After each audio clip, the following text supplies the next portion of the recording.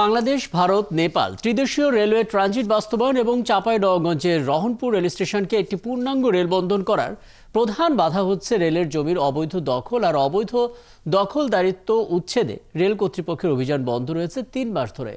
এর প্রতিবাদকারীদের উপর উল্টো হামলার অভিযোগ উঠেছে। ত্রিদেশীয় রেল ট্রানজিট এবং রহনপুর শুল্ক স্টেশন নিয়ে সহকর্মী একেএস রোকনের 2 পর্বের প্রতিবেদনের প্রথম পর্ব আজ। 30 বছর আগে শুরু হয়েছিল এই ত্রিদেশীয় সীমান্ত বাণিজ্য বিনিময়। বাংলাদেশের চাঁপাইনবাবগঞ্জের রহনপুর দিয়ে ভারতের পশ্চিমবঙ্গের মালদার সিংহাবাদ রেল রুট হয়ে নেপালে চলছে বাণিজ্য। বাংলাদেশ রেলওয়ের আওতায় আন্তদেশীয় যোগাযোগের জন্য 5টি ট্রানজিট ইন্টারচেঞ্জ পয়েন্টের মধ্যে রয়েছে চাঁপাইনবাবগঞ্জের রহনপুর ও দিনাজপুরের বিরল। দূরত্ব ও পণ্য পরিবহনের খরচ বিবেচনায় নেপাল এই ট্রানজিট রুটটি ব্যবহারে বেশি আগ্রহী। এই ট্রানজিট পয়েন্ট দিয়ে কয়েক দফা সারসহ বিভিন্ন উপকরণ নেপাল বিভিন্ন দেশ থেকে সফলভাবে আমদানিও করেছে। সাম্প্রতিক সময়ে রাষ্ট্রদূত সহ উচ্চ পর্যায়ের প্রতিনিধিরা অন্তত 3 দফা পরিদর্শন করেছেন স্টেশনটি।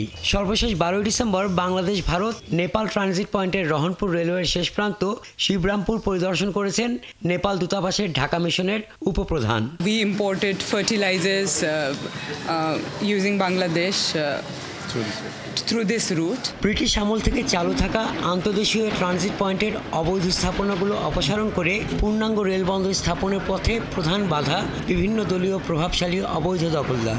ব্যবসায়ী নেতা থেকে রাজনৈতিক নেতার দখলে রেলের জায়গা রয়েছে বলছেন সাবেক ব্যবসায়ী নেতা।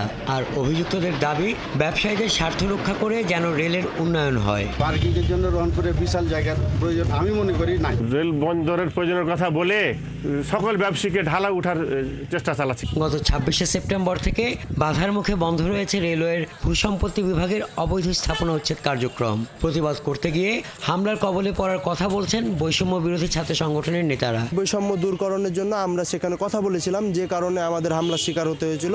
নিজেদের অসহায়ত্বের কথা জানান রাজশাহী রেলওয়ের ঊর্ধ্বতন উপসহকারী প্রকৌশলী।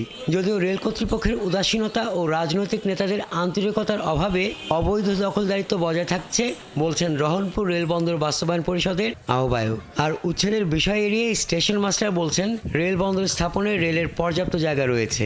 আমরা প্রায় 200 স্থাপনা উচ্ছেদ করার সিদ্ধান্ত নিয়েছিলাম। আনুমানিক প্রায় 50-এর মতো আমরা করতে পেরেছি। আমরা উপযুক্ত পরিবেশ পেলে উচ্ছেদ করে এখানে যদি আপনার সরকার কিছু টাকা ইনভেস্ট করে এবং একটা সুদৃষ্টি দেয়, এখন যে বর্তমানে 100 থেকে 150 কোটি টাকা যে ইনকাম করছে বা 200 কোটি টাকা ইনকাম করছে, এই আয়টা বেরিয়ে 1000 কোটি টাকা ছাড়িয়ে যাবে। রাজস্ব আয় বৃদ্ধি করতে হলে রহনপুর স্টেশনের অবকাঠামোগত উন্নয়ন করতে হবে।